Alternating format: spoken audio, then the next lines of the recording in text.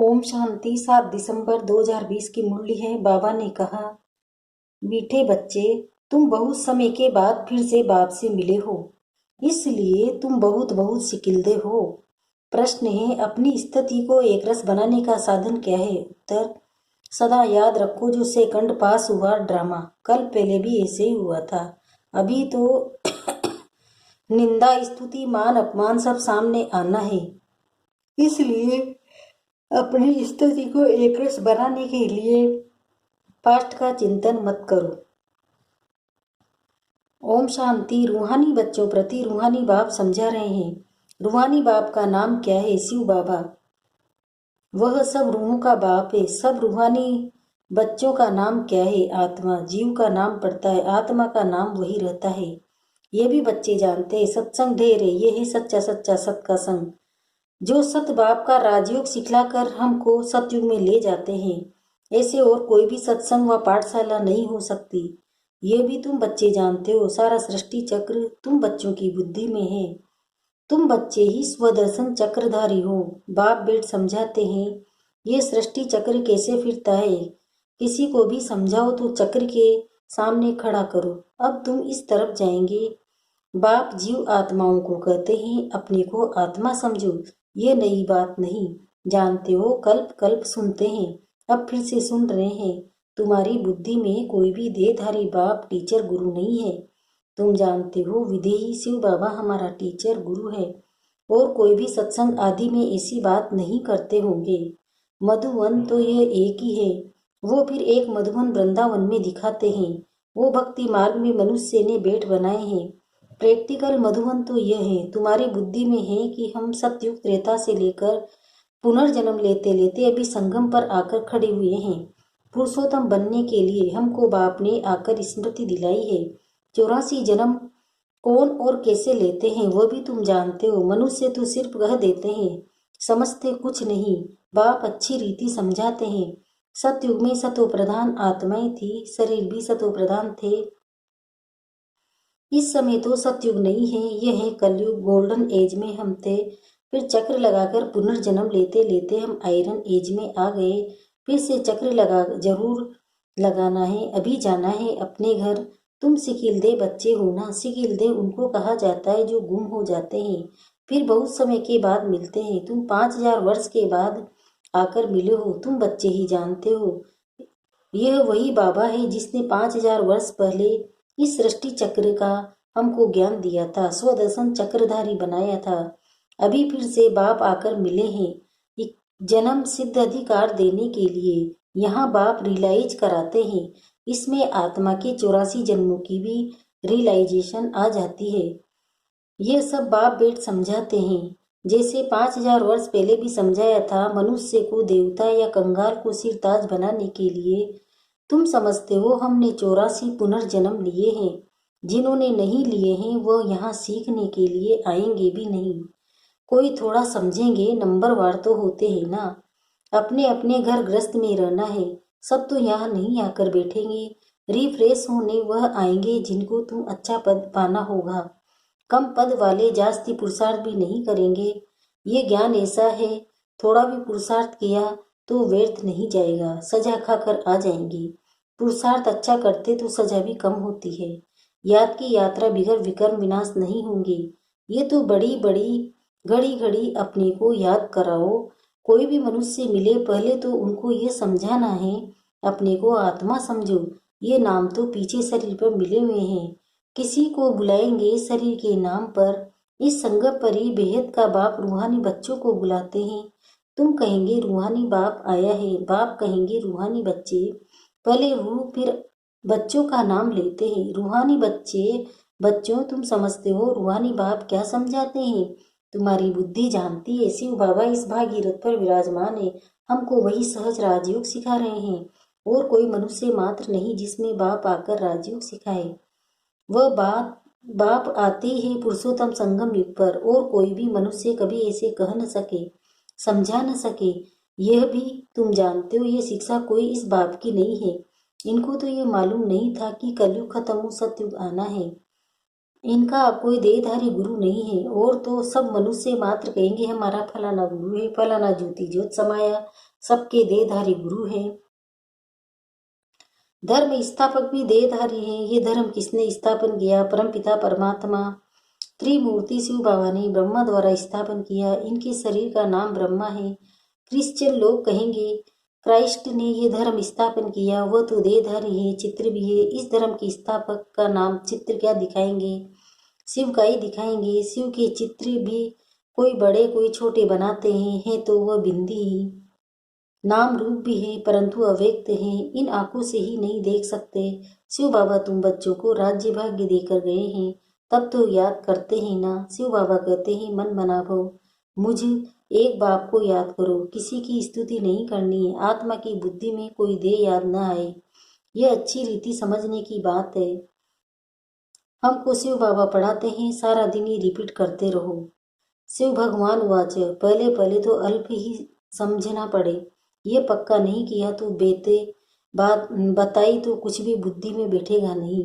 कोई कह देते ये कोई बात राइट है, कोई कहते हैं समझने में तो टाइम चाहिए, कोई कहते हैं विचार करेंगे, किस्म किस्म के आते हैं। ये है नई बात। परम पिता परमात्मा शिव आत्माओं को भेंट पढ़ाते हैं। विचार चलता है, क्या करे जो मनुष्य को ये समझ में आ जाए। शिव ही ज्ञान का सागर है, आत्मा को ज्ञान का सागर कैसे कहते हैं? जिसको शरीर ही नहीं है, ज्ञान का सागर तो जरूर कभी ज्ञान सुनाया है, तब तो उनको ज्ञान सागर कहते हैं। ऐसे ही क्यों कहेंगे? कोई बहुत पढ़ते हैं तो कहा जाता है ये तो बहुत वेद शास्त्र पढ़े हैं, इसलिए शास्त्री अथवा विद्वान कहा जाता है। बाप को ज्ञान का सागर अथॉरिटी कहा जाता है। जरूर होकर गए, पहले तो पूछना चाहिए अभी कलयुग है या सतयुग, नई दुनिया है या पुरानी दुनिया? एम ऑब्जेक्ट तो तुम्हारे सामने खड़ा है। ये लक्ष्मी नारायण अगर होते तो उन्हों का राज्य होता।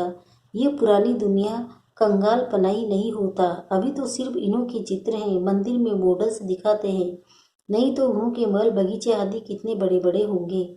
सिर्फ मंदिर में थोड़े ही रहते होंगे। प्रेसिडेंट का मकान कितना बड़ा है। देवी देवता तो बड़े बड़े महलों में रहते होंगे, बहुत जगह होगी। वहां डरने आदि की बात नहीं होती, सदैव फुलवाड़ी रहती है, कांटे होते ही नहीं।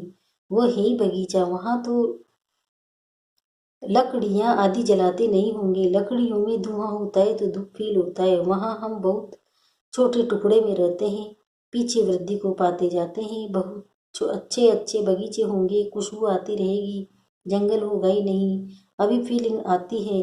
देखते तो नहीं है। तुम ध्यान में बड़े बड़े महल आदि देख आते हो, वो तो यहाँ बना नहीं सकते। साक्षात्कार हुआ फिर गुम हो जाएगा। साक्षात्कार किया तो है ना। राजाएं प्रिंस प्रिंसेज होंगे, बहुत रमणीक स्वर्ग होगा, जैसे यहाँ मैसूर आदि रमणीक है, ऐसे वहाँ बहुत अच्छी हवाएं लगती रहती है, पानी के झरने बहुत रहते हैं। आत्मा समझती है हम अच्छी अच्छी चीजें बनाएं, आत्मा को स्वर्ग तो याद आता है ना। तुम बच्चों को रियलाइज होता है क्या क्या होगा, कहाँ हम रहते होंगे। इस समय स्मृति रहती है। चित्रों को देखो, तुम कितने खुश नसीब हो। वहाँ दुख की कोई बात नहीं होगी। हम तो स्वर्ग में थे, फिर नीचे उतरे, अब फिर स्वर्ग में जाना है। कैसे जाएं? रस्सी में लटक कर जाएंगे क्या? हम आत्माएं तो रहने वाली हैं शांति धाम की। बाप ने स्मृति दिलाई, अब तुम फिर से देवता बन रहे हो और दूसरों को बना रहे हो। कितने घर बैठे भी साक्षात्कार करते, बांधियों ने कभी देखा थोड़े ही है कैसे आत्मा को उछल आती है। अपना घर नजदीक आने से आत्मा को खुशी होती है। समझते बाबा हमको ज्ञान देकर श्रृंगारने आए हैं। आखिर एक दिन अखबारों में भी पड़ेगा। अभी तो स्तुति निंदा मान अपमान सब सामने आता है। जानते हैं कल पहले भी ऐसे हुआ था। जो सेकंड पास हो गया उसका चिंतन नहीं करना होता है। अखबारों में कल पहले भी ऐसे पड़ा था। फिर पुरुषार्थ किया जाता है, हंगामा तो जो हुआ था सो हो गया, नाम तो हो गया ना। फिर तुम रेस्पॉन्ड करते हो। कोई पढ़ते हैं कोई नहीं पढ़ते हैं, फुर्सत नहीं मिलती, अपने कामों में लग जाते हैं। अभी तुम्हारी बुद्धि में ही ये बेहद का बड़ा ड्रामा है। टिक टिक चलती रहती है, चक्र फिरता रहता है। एक सेकंड जो पास हुआ फिर 5000 वर्ष बाद रिपीट होगा। जो हो गया सेकंड बाद ख्याल में आता है ये भूल हो गई, ड्रामा में नूंद गया। कल पहले भी ऐसे ही भूल हुई थी, फास्ट हो गई, अब फिर आगे के लिए नहीं करेंगे। पुरुषार्थ करते रहते हैं। तुमको समझाया जाता है घड़ी घड़ी ये भूल अच्छी नहीं है, ये कर्म अच्छा नहीं है, दिल खाती होगी। हमसे ये खराब काम हुआ। बाप समझा नहीं देते, ऐसे नहीं करो, किसी को दुख होगा। मना की जाती है, बाप बतला देते हैं ये काम नहीं करना। बिगर पूछे चीज उठाया उसको चोरी कहा जाता है। ऐसे मत करो, कड़वा मत बोलो। आजकल दुनिया देखो कैसी है। कोई नौकर पर गुस्सा किया तो वह भी दुश्मनी करने लग पड़ते हैं। वहां तो शेर बकरी आपस में भी सिर खंड रहते हैं। लून पानी और सिर खंड है। सतयुग में सब मनुष्य आत्माएं आपस में सिर खंड रहती है, और इस रावण की दुनिया में सब मनुष्य लून पानी है। बाप बच्चा भी लून पानी है। काम महाशत्रु है ना। काम कटारी चलाए एक दो को दुख देते हैं। ये सारी दुनिया लून पानी है। सतयुगी दुनिया सिर खंड है। इन बातों से दुनिया क्या जाने। मनुष्य तो स्वर्ग को लाखों वर्ष कह देते हैं तो कोई बात बुद्धि में आ न सके। जो देवताएं थे उन्हों कोई स्मृति में आता है। तुम जानते हो ये देवता सतयुग में थे। जिसने 84 जन्म लिए वही फिर से आकर पढ़ेंगे और कांटों से फूल बनाएंगे। ये बाप की एक ही यूनिवर्सिटी है। इनकी ब्रांचेज निकलती रहती है। खुदा जब आएगा तब उनके खिदमतगार बनेंगे, जिनके द्वारा खुद खुदा राजा स्थापन करेंगे। तुम समझते हो हम खुदा के खिदमतगार हैं।